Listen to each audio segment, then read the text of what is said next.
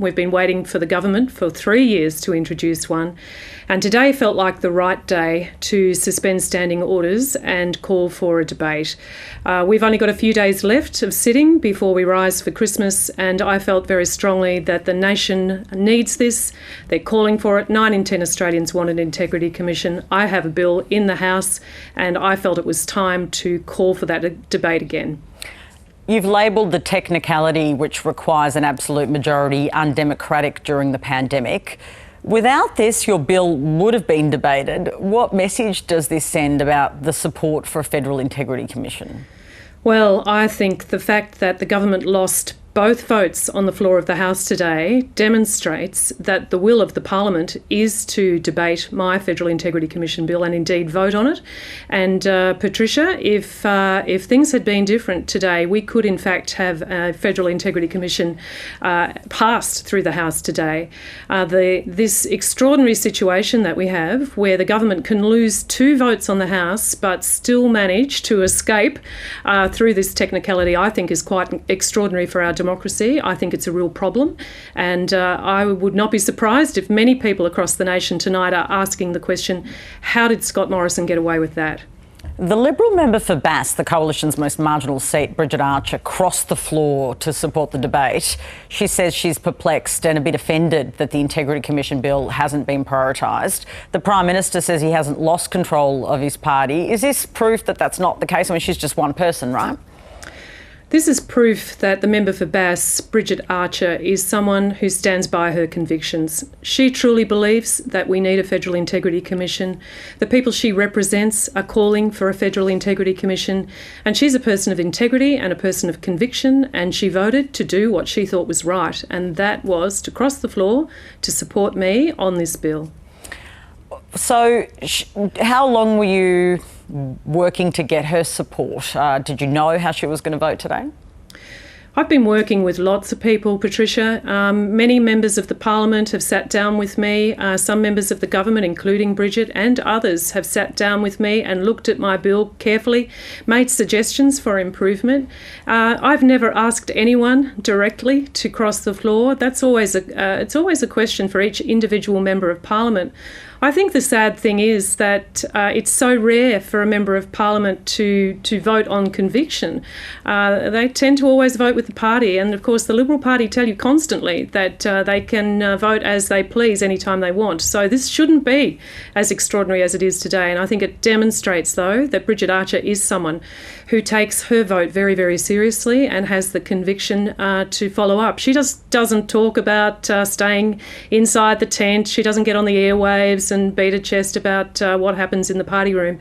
Bridget today demonstrated, in fact, I think, that she's a lioness of this parliament. She is a true parliamentarian, and she voted with conviction today. Was she the only Coalition MP that indicated she would cross the floor to you? Well, yes, she was, because Bridget indicated to me that if I chose to go ahead with suspension of standing orders, as I've tried to do before, that she was of a mind that she would support that because she truly believes we should have the debate. She, like me, truly believes that the best way to decide on an issue is to debate it in the floor of Parliament.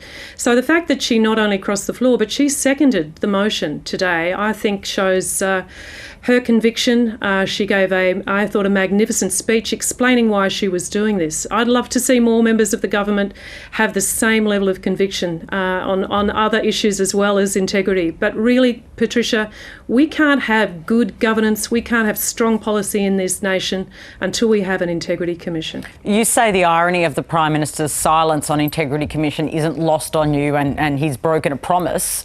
But he says it's not a broken promise because it's imminent. Sure, it's too slow, but has he broken a promise? Well, I think so. Today at question time, he talked about the bill. He then changed his answer in the second question he was asked about it and talked about a proposal.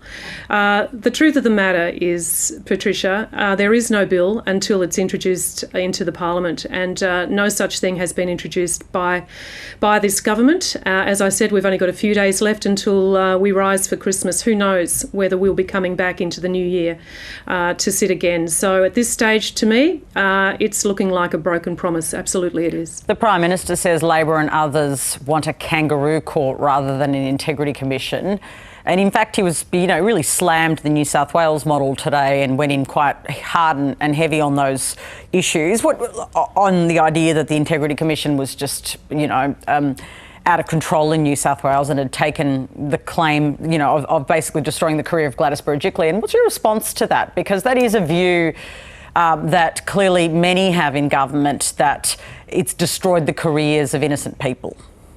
Well, I think that was an extraordinary display from the Prime Minister today. Again, it was a monumental distraction from the question at hand. We weren't there to talk about the New South Wales ICAC. And of course, this false dichotomy that he sets up around New South Wales ICAC or something else. The bill that I've presented has been investigated very thoroughly by jurists, by former judges, by the Centre for Public Integrity.